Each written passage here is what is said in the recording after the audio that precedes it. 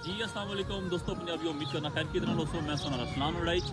पंजाबियों अज जो अस वीडियो बनाने पे हाँ साड़ी इस वीडियो बनाने का मकसद ये आ कि साढ़े जितने खिता पठवार ने साढ़े पठवारी पंजाबी बुजुर्ग भरा वे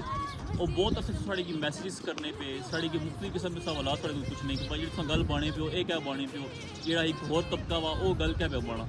ठीक है उसने वास्ते उसने हल वास्ते जितने साढ़े पठवारी पंजाबी बुजुर्ग भरा वे उन्होंने सवालात के जवाब देने वास्ते असा एक ग्रुप क्रिएट करने पे जोड़ा कि ग्रुप व्हाट्सएप ग्रुप हो सी ठीक है उस ग्रुप असा जितने साढ़े ऑल ओवर पंजाब जितने भैन भरा बजुर्ग साढ़े सन वो उत्थे सीगा अपने सवालात का जवाब साढ़े दे नहीं सकने ठीक है मुख्तलिफ किस्म के साढ़े को पंजाबी नेशनलिस्ट हो सन जोड़े माहिर लसनियात थे साढ़े भरा साढ़े बजुर्ग वो इस ग्रुप में असा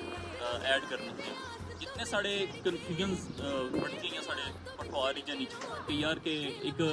लहजे ना बोली नाल क्या फ़र्क होना एक बोली नाल लहजे नाल क्या फ़र्क होना ये सारे सवालात सानी कन्फ्यूजन क्लीयर कीतियां जा सकन तुसां जेह्ड़े सारे माइंड सैट चा जेह्ड़े भरा साढ़े बजुर्ग अपनी मिट्टी वास्ते अपने रीजन वास्ते अपनी मां बोली वास्ते कम करना चाहने उन्होंने भी प्रॉपर प्लेटफार्म मिल सी ठीक है और उन्होंने की प्रॉपर विजन नाल जिस तरीके नाल कम करना चाहने अपनी पूरी थॉट्स नाल अपने पूरे फुल फ्लैज इख्तियार नाल उत्थे कम मिल सकते तो उम्मीद करना तो साढ़े भरा अपना व्हाट्सएप नंबर सेंड कर सो साढ़े इनबॉक्स भी सेंड कर सकने हो प्लस असा मजीद कोशिश कर सकते यार एक व्हाट्सएप नंबर एक ऐसा नंबर जो वीडियो ने फर्स्ट कमेंट से पाई छोड़ा जिस नंबर पर अपना नंबर मैसेज करी ग्रुप में ऐड हो सकते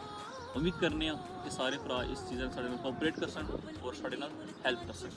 पंजाब जिंदाबाद पंजाबी जिंदाबाद।